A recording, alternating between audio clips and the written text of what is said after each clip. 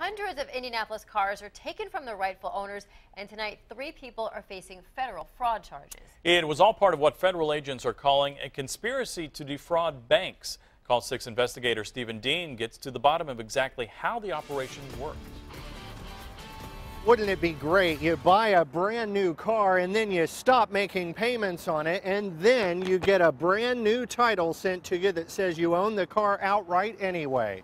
Call 6 investigators found it happening to at least 272 cars all over Indianapolis, but now days after we started digging into it, the feds say it's a scam and it's been shut down. The banks couldn't do a thing about it because of this piece of paper. It's a clear title that shows you own a car outright.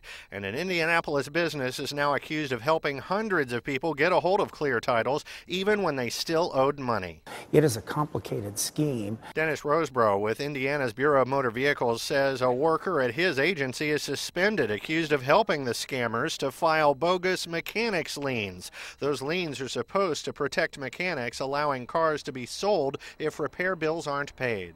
But federal agents say this scam didn't even have to open a hood. They specialized in doctoring up mechanics lien forms, pretending that work was done, and that caused the BMV to issue hundreds of brand new titles, cutting banks out of the equation no matter how much money was owed. The rules were followed. The paperwork came in. Like I said, now if it is a fraudulent piece of paper, that is, we would have no way of knowing. Federal fraud and conspiracy charges are now lodged against BMV worker Leanne Reinhardt, along with 58-year-old business owner Joseph Woodruff and his 28-year-old daughter Nisha Woodruff. They ran a West Side business called Mechanics Liens Plus on West Washington.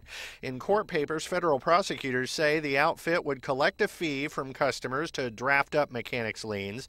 The phony repair bills were so high that when banks were served with notices required under Indiana law, well, the banks would often just give up instead of fighting for the cars.